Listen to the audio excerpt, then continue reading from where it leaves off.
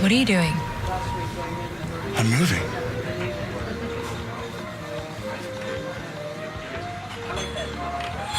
Flat Rate. We take moving seriously, so you don't have to.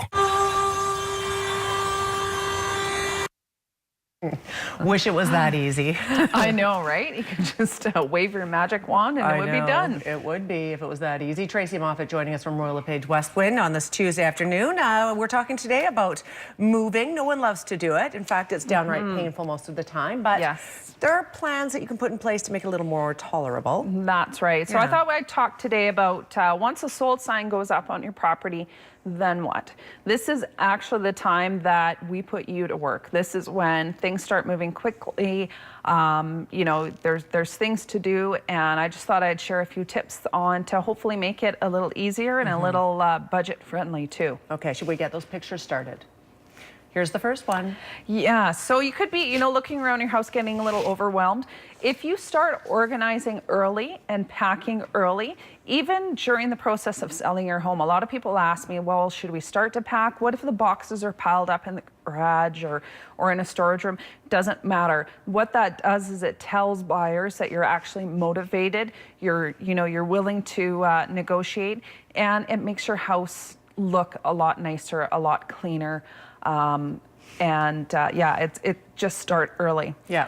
Also, what you want to do is you want to make sure that you're picking the right move for you. So a lot of times, you know, things can get stressful. You're running out of time, and all of a sudden you're phoning moving companies and you're, you know, telling them, get over here on Saturday, pack us up. But if you take a little bit of time and figure out your options, there's lots of companies that instead of, like, say, putting your stuff in storage, they will come to you and you can put your stuff in storage. So they'll drop off a container on your property. You move it right there. They store it on their property. It's a secured, you know, location, as opposed to loading up a gazillion vehicles, heading down to a storage facility. Yes. And doing that. So you want to make sure that, you know, you're choosing the right mode of transportation, I guess, so to speak, when moving.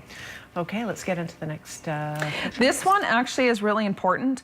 When you're moving into a strata, finding out the rules and regulations of the place that you're going to. So you want to know what their moving policy is. Some places don't allow move-ins on Sundays.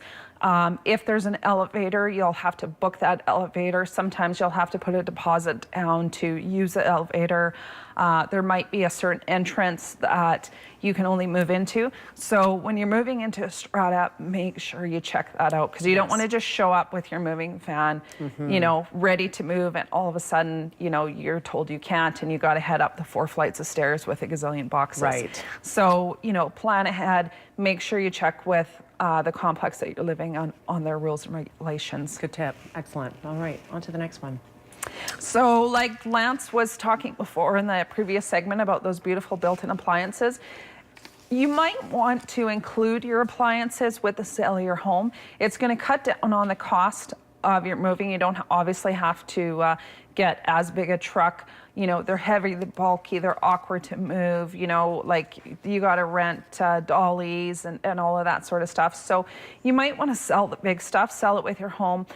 You might also want to look around at your furniture and just maybe put a value on it and say, is it worth it to move that? Did you buy it at IKEA? Did you buy it secondhand? Did you get it, you know, is it a hand-me-down? It might be better off to sell it and get some new stuff in the new house. You know, you can figure out the cost difference. You can also rent furniture too. So you don't want to have to, you know, go to an empty house and all of a sudden spend all this money on furniture that you may or may not like, because maybe the styles aren't in. So there are companies out there that will rent furniture too until you can kind of take your time and purchase the stuff that'll fit your house. Tell me this, in terms of the appliances, I've not known many people to actually physically remove their appliances and then take them to their new home. Like, what do you see? Yeah, there are. Really? Yeah, it's probably, I'd say about 75-25, 75% leave the appliances behind.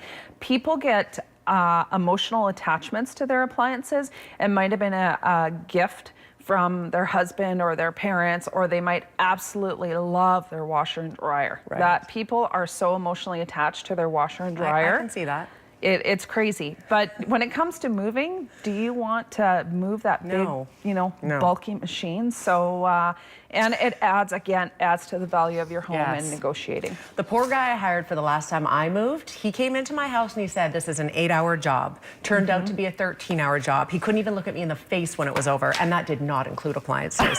So you know what? I think people have to realize you usually have more stuff than you think. So if you can Absolutely. leave stuff that you don't really need to take with you, it's a good idea. And starting early, like, then you know exactly what you have. yeah. And you're not, the last day packing stuff up going, Yeah. Okay, I think we have one more. We've got only about 30 seconds, so this is my favorite picture. Love it. So make nice with your new neighbors. Try to avoid this not happening to you. If you're moving, say, to the coast where it's a busy neighborhood, maybe inform your new neighbors of your move in case there's parking issues. Maybe they'll offer up their driveway to park extra vehicles. So going, knocking on doors to your neighbors saying, hey, I'm moving in on Saturday or Wednesday. If you move during the week, it's always cheaper. That's another budget saving tip. But just informing of your neighbors of the move is always a good thing, and it's a great way to start off on the right foot. Absolutely it is. Those are really good tips. Good things Thank to be you. aware of. Tracy, thank you very much for being here. A lot of people getting set to put their houses on the market right now, so definitely some good tips today if you are planning on moving. TracyMoffett.com, phone number on the screen as well. We are back after a quick break. Stay with us.